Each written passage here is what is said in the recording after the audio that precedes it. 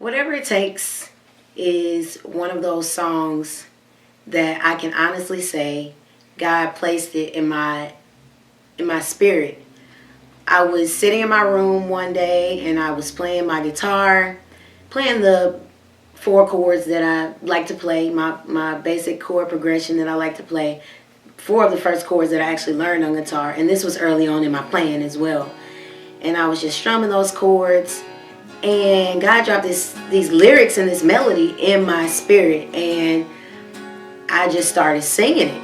And that's how I knew that, this song was a powerful song. It ministered to me, and things should minister to you first if you're gonna put it out there.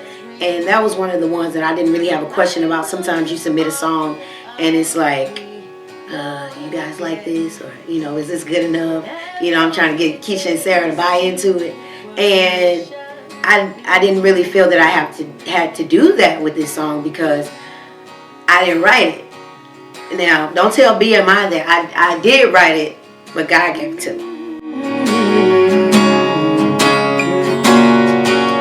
Lord, it's my desire to please you, yeah. I lay down my will. So a lot of times you have a situation that inspires a song, and so people ask me that all the time, like, well, what were you going through? What inspired this song? And the situation situations arose after this song came about that really let me know, why God gave me this song.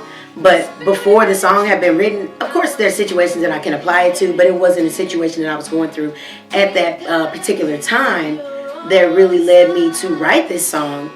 But it became something that was necessary for me to, go back and rely upon and sing during different situations in my life after I wrote the song in 2009. Omega, yeah, I lift my hands, I worship you, you're King of kings and Lord of lords. One clear example of a whatever it takes moment for me is the time when I was living in Guatemala. This was in 2011. I lived there for a couple months, and I got robbed, y'all. I got robbed.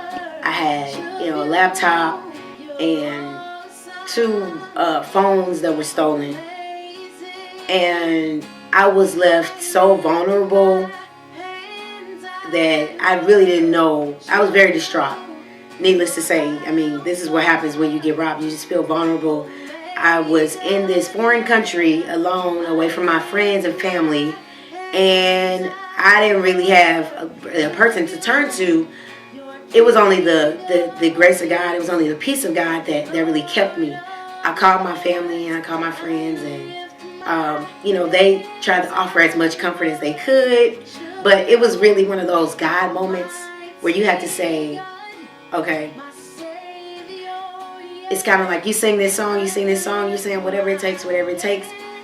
That was one of those things that it took, because I was really praying during that time when I didn't have, I couldn't get on the internet. I couldn't, write my blog, my weekly or my daily blog that I have been posting. I couldn't do any of those things. My level of communication was limited outside of prayer.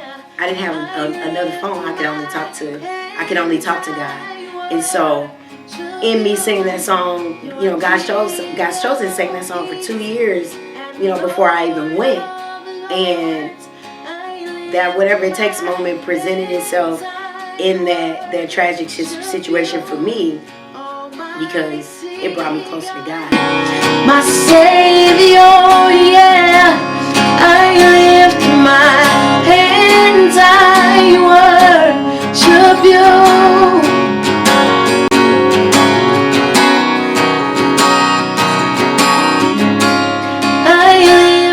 That's what whatever it takes is all about. It's about sacrificing whatever it is that you have to sacrifice, going through whatever you have to go through in order to be closer to God.